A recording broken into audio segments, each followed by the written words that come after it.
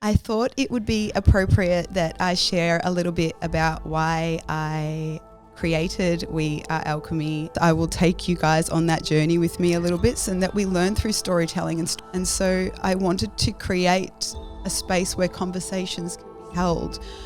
I couldn't see it until I stepped out for a bit, and that truth has the ability to burn through anything. Our very natural state of being is that we are all the alchemists of our own life. What is on the other side of that is the gold. Before we begin, everything I share here is from my lived experience and offered through my own lens of remembrance and transformation.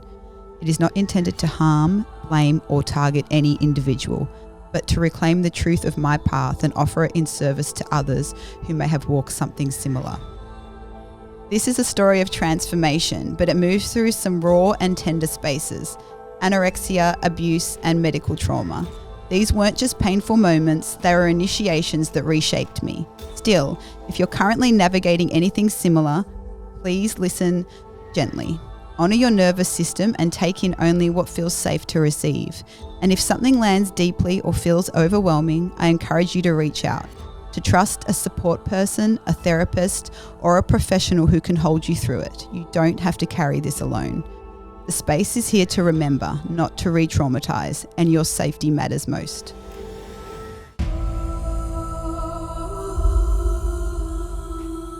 Welcome to the first episode of We Are Alcheme. I'm Charlene, and in today's episode, I thought it would be appropriate that I share a little bit about why I created We Are Alcheme and what the intention is behind it and how it came to be.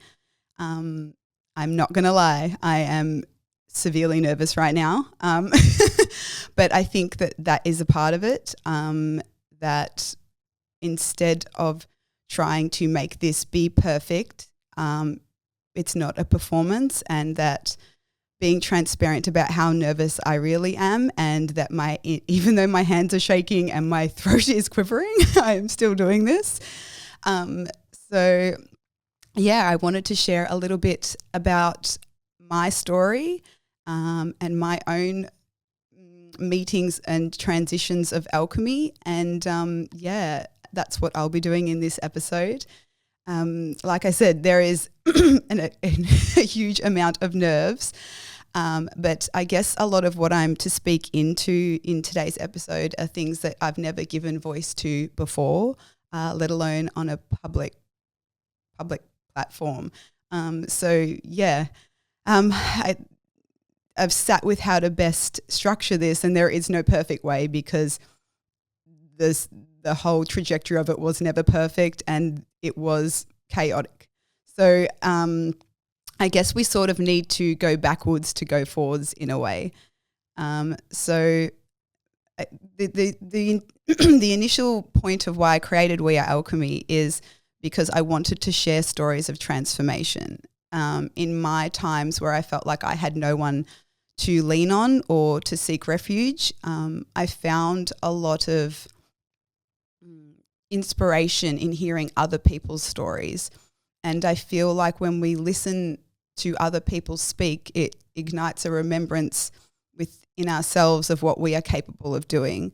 And so it's not so much information, it's inspiration and transformation. And so that's what I seek to do with this podcast. And I guess sharing a little bit about my story will enable you to see that a lot of transformation is often forged in fire to start with, and that it doesn't always look glamorous. Well, it doesn't ever look glamorous, and that, you know, we all have a story, and that we all have little seeds of inspiration to share with one another. So like I said, for me, there has been many points of transformational moments.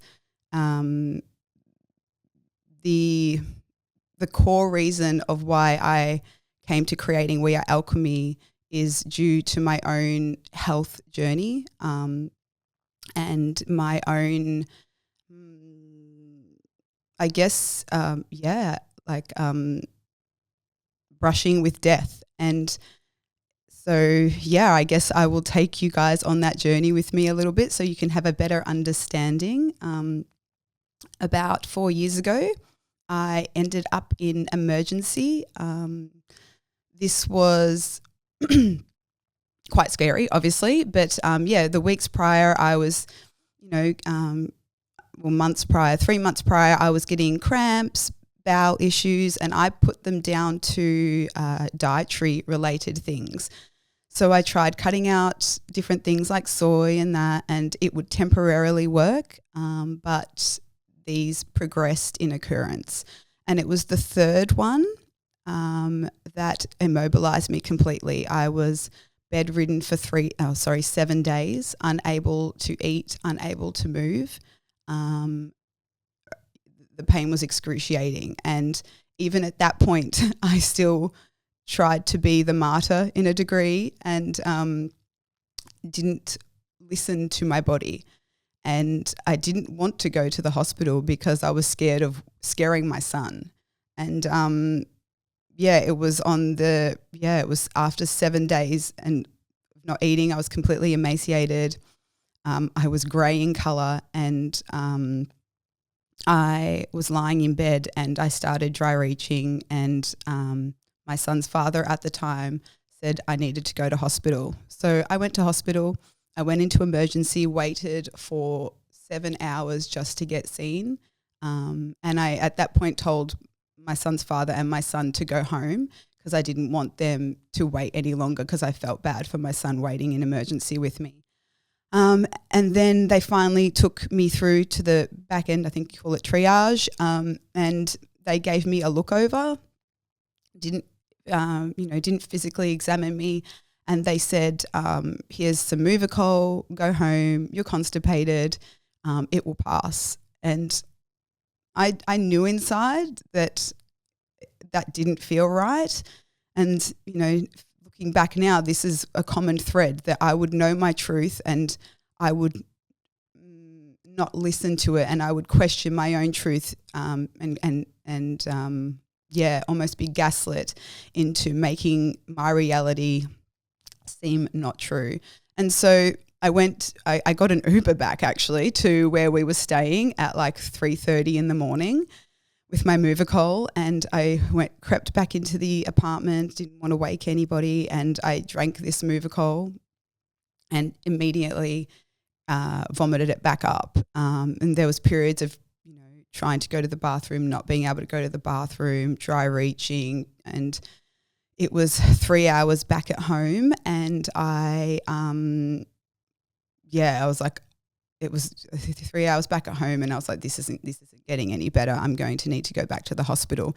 And again, all that was running through my head was like, I don't want to scare my son. But I went back to the hospital and again told them to go back to the apartment thinking it's going to be fine, deep down knowing it wasn't. And then I finally got put back in the back area of triage again, and I was waiting there because they were waiting to put a drip or a IV in my arm so that they could do the appropriate scans to see what was going on. And I was behind that area for like 2 hours on a bed with no one coming to see me. And then one of the nurses came behind and she looked at me in the eye and she said, we're going to need to move you back into the waiting bay at the front main bit of the hospital. And the words she said to me were, you're not important. There's people more important to you. And for the first time in my life, I had to articulate that I was important, which was massive. So that I didn't even realize how powerful that was in that moment, having to articulate my importance and stand in my own knowing. And then, so she sort of left in a huff and I was sort of moving back and forth between the bathroom at that time, sort of dry reaching. I didn't understand why at that point. And then another nurse came and she's like, how have you not got a IV in your arm still? And I said, I don't know. And I looked at her and I just said, please help me. I said, please. And then she came back and she did it herself. And then then and then it was rushed. They rushed me into the scan. They rushed me to have the scan, and they rolled me back into that waiting bay. And within minutes, it was like bang, everything was on, boom, boom, boom. So from being told I was not important, all of a sudden, everything was just on turbo speed. I had different surgeons, different specialists coming to see me. It was like a whirlwind. They were telling me that I needed to be rushed in for surgery, and that I would need a colostomy bag. And I didn't really know what that was. Like I thought, I was like, oh, that's the thing old people have that they need to go to the toilet in. But I didn't quite know. So I remember asking, like, what does that mean? And they explained that they would be needing to cut my bowel, that I had a 10 centimetre blockage, and that my bowel was severely distended, and that it was on the verge of rupturing, and that if they didn't get me in for surgery immediately, that, there's a very high prospect that I was going to die. And that also there was a narrowing at the bottom that they didn't know what it was, and they wouldn't know until they removed it. And so at that point, I was in that much pain. I really didn't care. I was like, do what you need to do. I've got a son. I want this pain to stop. Please just do what you need to do. And they're like, oh, you're so stoic. I'm like, I think I was just numb. But yeah, so I hadn't spoken to anyone at that point either. All of my son's father, any family, they didn't know what was going on. And then obviously the myriad of tests were happening simultaneously. And then one of the other worst things that happened was I had to get a gastric tube put down my nose. And although I was begging for it because they told me that it would alleviate all of the fluid that was accumulating, essentially what it was that my bowel was that full that was reaching up into my sort of higher areas, into my esophagus. So nothing could pass this blockage, and I was just getting fuller and fuller. And so this nasal gastric, whatever it was, even then they're like, oh, we're going to let a trainee nurse try. And then they just kept missing it. And I remember just looking at the nurse being like, can you please take over, please? And then they finally got it down. And I just remember like all of the stuff simultaneously coming out of my mouth, but also into this bag. And it was just this massive purge, but automatically I felt so much better, like the nausea relieved and all that sort of stuff. And then obviously I had to make the calls to my family and that, and sort of give them the brief overview. And my son's father came into the hospital with my son, and I'll never forget the look on my son's face. Like I was grey with tubes coming out of everywhere, and I just kept telling him it was going to be okay.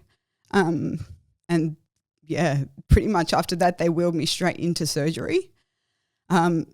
Honestly, that was the best part because I was asleep and I didn't feel pain anymore. And I honestly didn't care at that point what I was waking up to, because I just wanted to feel better and be able to talk to my son properly without being in pain. So yes, they obviously wake up from surgery, and I remember sort of feeling on my tummy, and I was like, what is going on? And they're like, it's okay, it all went well. I was in surgery for, I think it was 14 hours. Like it was a massive surgery. They wheeled me back. Like obviously you recover a bit and they wheel you back to the room. I think it was like 3 a.m. in the morning at this point. And they're like, the surgery went well, and I was sort of in and out. And I just remember lying there being like, what is this? What caused this? And what do I need to do? Like, what do I need to do and what caused this? And for the first time in a long time, I laid there still and silent, and allowed my body to actually feel. And what came through was that I need to let shit go, which, I laugh now because it's ironic given where everything was occurring. But, and that's what sort of started everything. I started reflecting. I'm like, let shit go. I thought I did all my healing. You know, haven't I done all that? And, you know, to a degree I had. Everything is in, you know, layers and spirals, but there was still a lot that I was bypassing and choosing not to go deeper into and look at. And so, yeah, I sat there and I'm like, let shit go. And then what came into my head next was like, well, this isn't your first experience with death. And that was quite shocking in a way, because I guess I'd become that numb that dancing with death had just become normal to me to a degree. So that's when it all started unpacking. And so I started unpacking, like, where have I experienced death before, and what are the things that I need to let go? And and so that, you know, brought me back to those, you know, occurrences. And so as a child, I grew up in, you know, quite a emotionally void household. You know, my parents obviously did the best that they could with what they had, but it just wasn't enough. And, you know, as we all do the best with what we've got. And but yeah, it you know, I'm sure we all do, and that's the thing, right? We all have stories. And so growing up, I grew up in a household that, you know, it was quite cold. There wasn't a lot of warmth and love. And I grew up questioning myself from a very young age and not knowing my place in the world. I always felt different. I don't know why. I just did feel different. And I felt ostracized to the rest of my family. You know, I grew up with you know, things that a child really shouldn't, you know, receive from their primary caregivers. You know, I was made to question myself many times. You know, I was overweight as a child, and, you know, I grew up being told, you know, don't worry, you're like the ugly duckling. One day you'll grow into a beautiful swan. And I was like, oh, that means I'm ugly now. And so it made me question who I was in my natural state, and that by default there was something wrong with me, and that I needed to be something other than I was. And so, you know, that carried on in different, you know, I'd hear specific family members speaking into, you know, other people saying, you know, she'd just be so pretty if she lost the weight. And so I grew up with this disconnect in my body, almost this resentment in my body, because I just thought if I looked different, that people would love me more.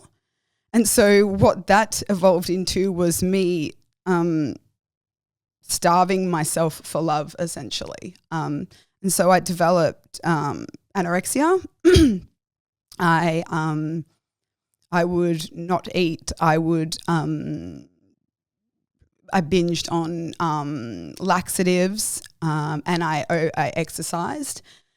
And I lost a lot of weight really quickly. And, you know, in the beginning, the reactions were great. They're like, oh, you're looking so good. And then it obviously, you know, polar swung the other way. And those same family members that were, you know, once saying to me, you know, she'll be so pretty when she loses the weight, were also the same family members that would say they can't look at me when I'm the skinniest I was. And so this is where I had my first brush with death and transformation.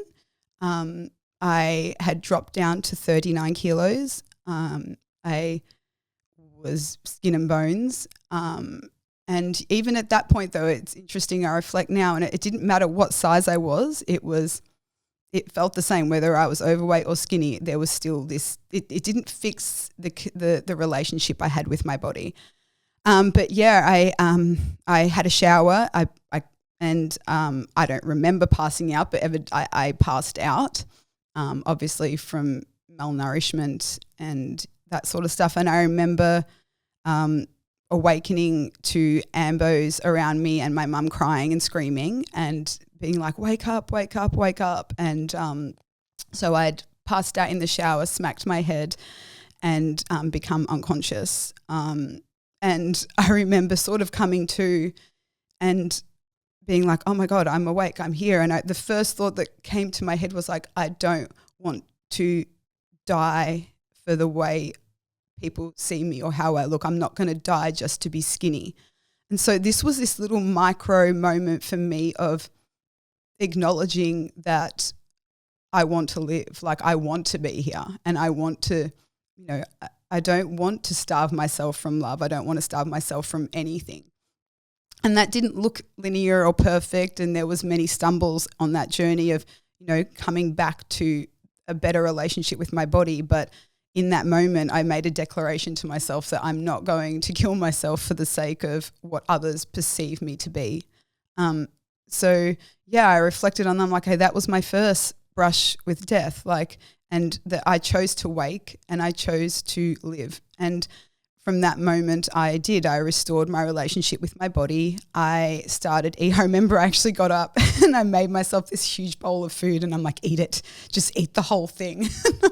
And again, it's this battle of, you know, what your intuition's telling you in your mind, and the mind can be very strong when it's programmed as well. And so it was like I had to consciously override what I mentally wanted to do. Like mentally I was like, you know, there's like two little things like, don't do that, do that, don't do that, do that. And it becomes this polar swing. And but no, I was able to restore that to the degree I was able to at that time. I'm not going to say it was perfect. There was, you know, ups and downs, but yeah, that was a big pivotal moment that shifted the relationship that I had with myself in that time. And then, and so obviously moving into, you know, my adolescence and my early 20s, and I started dating, and I had a string of extremely abusive relationships, abusive on many levels, physically, verbally, emotionally. And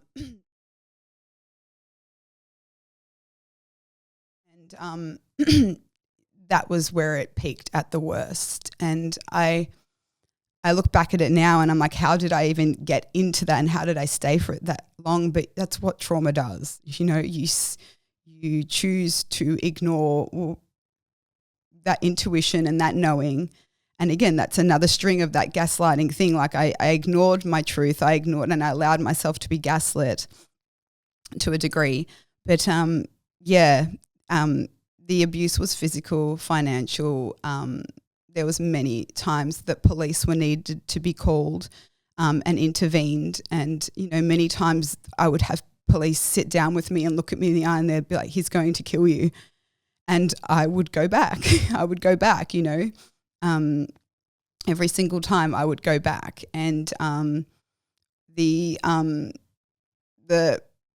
point where I really started to question, or not even question, I actually gave up. That was the peak of it for me. I'm like, I've actually given up. And we were at home one day and the abuse got really severe. And he had a pillow over my face strangling me, and I literally just said, do it. Like I said, do it. Like I just went limp and I said, do it, because I had nothing left anymore. I was exhausted from physical abuse, the mental abuse. I couldn't get my footing. I didn't know what was real. And I was like, I don't want to do this anymore. And I did. I just went limp. I put my hands to the side and I just let him. And just as I did that, a knock at the door. There was a knock at our door. And I remember him just jumping off me and he was like, don't you fucking say a word. And I was like, I didn't know what was going on. I was like, what just happened? I was like, I was ready to die. And they were like, it's the police, please open the door. And he got up and opened the door, and the house was smashed up. It was, it looked like a lot had gone on in there. I had bruises. He also had scratch marks all over him from where I was trying to claw him off. And they came in, and I just sat there with my head down, to be honest. Like I was scared of him. So I was like, I don't want to say anything that gets him in trouble. He took the conversation with the police, and they're like, we've had a call from someone downstairs. They've seen what's been happening here. we, and then obviously, and I was like, oh my goodness, how does that even happen? Like right when I just gave up, someone saw me, someone that I will never know saved my life. Like I'll never know who that person is. And he, obviously the police took him, and I was left in the apartment by myself being like, what's just happened? And they're like, do you want to press charges? And even then I'm like, no. And they're like, well, we're going to, I don't know what the process is, but they ended up pressing charges on my behalf because I wouldn't do it. Like I still wouldn't press charges. And, but I was severely scared that he was going to come back, and they were waiting there for me. And they're like, don't worry, he's not going to come back. He's at the station. And while we were there sitting with the police, he charged through the door again, aggressive, thinking I was home by myself. And I remember them just grabbing him and taking him, and then they ended up keeping him in a cell overnight.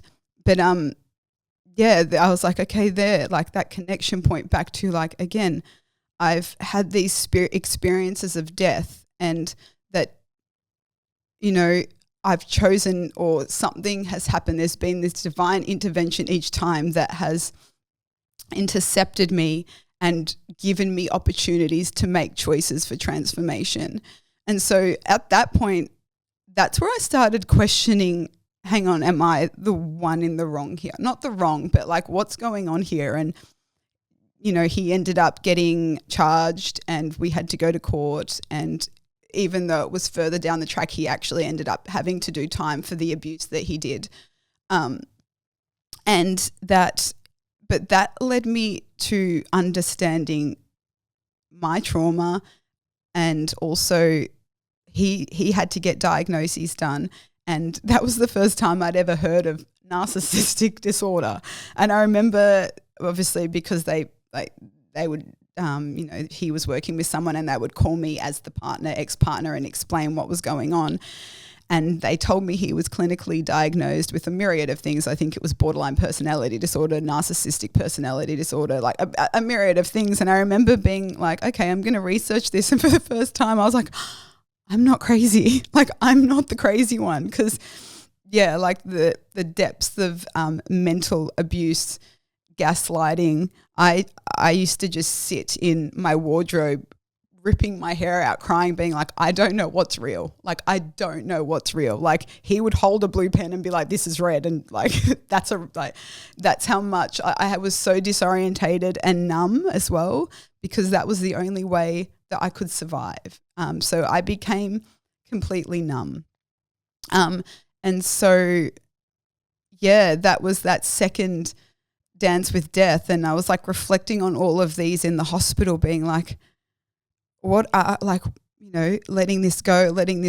And I'm like, but I thought I'd healed all these. And I had, but mentally I was still numb. I was still not allowing my body to actually feel the severity of what I had actually experienced. And that's, I guess, ultimately what led to me ending up in hospital. And because my body was screaming at me like, you need to feel this. Like, you can do all of the conceptual, all of the mental healing, which to a degree is almost spiritual bypassing, because we can say a lot of things, but if we don't feel them and allow them to be felt and leave the body, then they're still there. And I guess that was what was happening for my body. I was carrying all of this trauma and all of this memory and all of these experiences,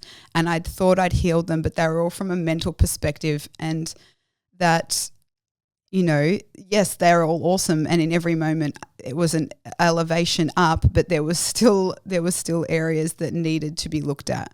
And so my body essentially was screaming, look at me.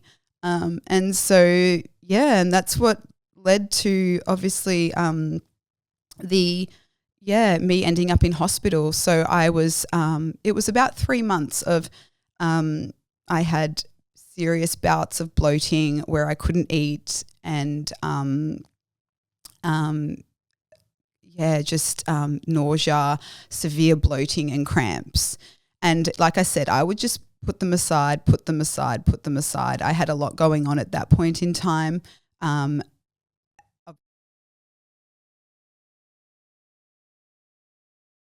The abuse still continued. I had my home broken into twice.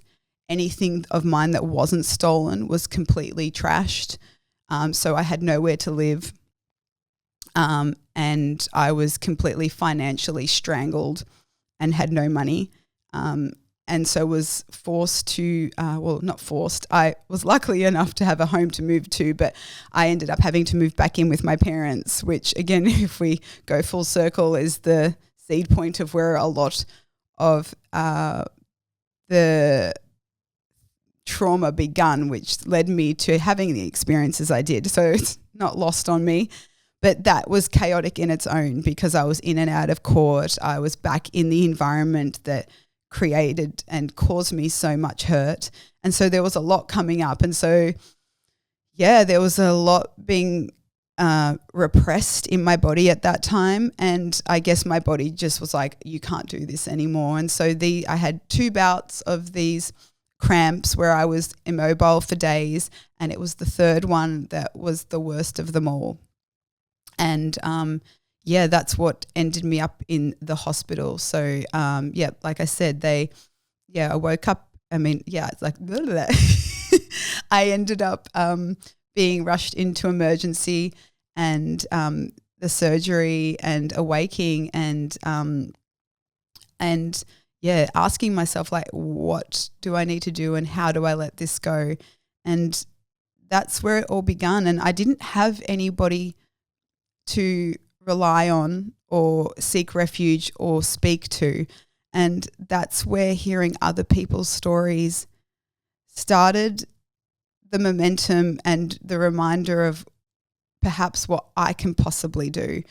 And I just become a glutton for like listening to other people's stories and their transformation and their stories of, being forged in the fire and it just gave me so much inspiration to do that myself. And so that's what We Are Alcheme is. I wanted to create a space so that, people who, not even people that don't have someone to seek refuge in or get advice, it's that, we learn so much through other people's stories. And even if it's not exactly the same, there's still seeds of remembrance woven within it that we can all take wisdom from and apply that into our own lives, and that we learn through storytelling. And storytelling has been such an age-old way of passing down wisdom, and I think that we've lost that. And so I wanted to create a space where conversations can be held, where people can begin to speak their truth as well, and that maybe it might not be well received, but it's truth, and that truth has the ability to burn through anything, and then when we start embodying our own truth, we can start to dissolve all of those illusions that have kept us separate from it.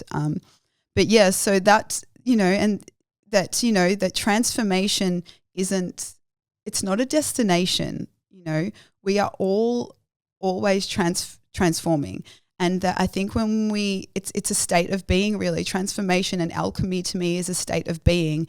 And it's when we try to resist or we stagnate or we avoid these constant spirals and evolutions of transformation is where we come across roadblocks, because we're gripping onto things that don't really, no longer serve us. And they may have served us at that point in time, and often they do, even if it is a survival mechanism that does, that serves us, and I don't look back on anything I experienced because and think, oh, I'm a victim, and that was another big thing for me as well. I was like, when I reflected on all of the things that have occurred, and obviously this is just an extremely small snapshot because I can't sit here and spend hours going through everything that occurred, but these were the main pivotal ones. But what was the common denominator? And it was me, in all of those things, it was me. And if I'm the common denominator in all of those, death, dark, chaotic, traumatic events, I'm also the main focal point of the ones that can heal them. And so it was a big recognition point of like, where am I?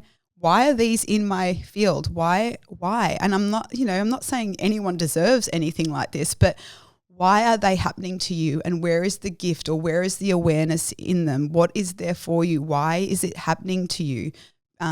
Because there is a reason it is. And, for me, there was. And I couldn't see it until I stepped out for a bit. But, I was that common denominator, and there were things that I needed to address and heal in myself. And once I started doing that, all of those scenarios and those experiences start to fall away, because they're not what you need to learn anymore. So your levels of transformation don't have to be traumatic and chaotic. When you learn to work with them better and allow the releasing of things that don't serve you, it usually, like I said, it reaches critical mass when we choose to hold on to things and not allow that transformational process to take, shape. And so, for me, this space is so that we can speak from an honest point and people can share their stories with one another, and so that we can all start to feel more normal with speaking our truth, and so that we can all become alchemists of our own life, honestly, because that's what we are. Like, our very natural state of being is that we are all the alchemists of our own life, and that sometimes that we need to sit in the fire, and sometimes that does involve getting burnt, but that what is on the other side of that is the gold. And that once we learn that is the process, we don't have to learn through such a traumatic, polarizing experience anymore. And that no matter what you're going through at the moment, there is a transformational seed in there for you. And if you're able to sit and find that the hurt and the chaos and the trauma that you're feeling, that will dissolve. Once you meet the mirror of what it's trying to teach you, that will dissolve, and you don't need to learn via that experience anymore. And so that's what I hope to do on this podcast, We Are Alchemy. I hope to share as many stories of transformation as I can, so that it can awaken that remembrance within you, and so that you can, in any moments that you guys need, to call on that wisdom and that knowledge and that ability to transmute whatever is occurring for you now, with the knowing that you are an alchemist and that we all are. So it's a complete honor to open this space and share the conversations that are ready to be shared with the guests that come on. And I look forward to sharing all of the stories of alchemy with you guys. And I also am extremely grateful for everyone spending a little bit of time with me today, listening to a small snippet of, what has brought me to be who I am today, and that and why I created this podcast. So I look forward to seeing you on our next episode, and thank you. Bye.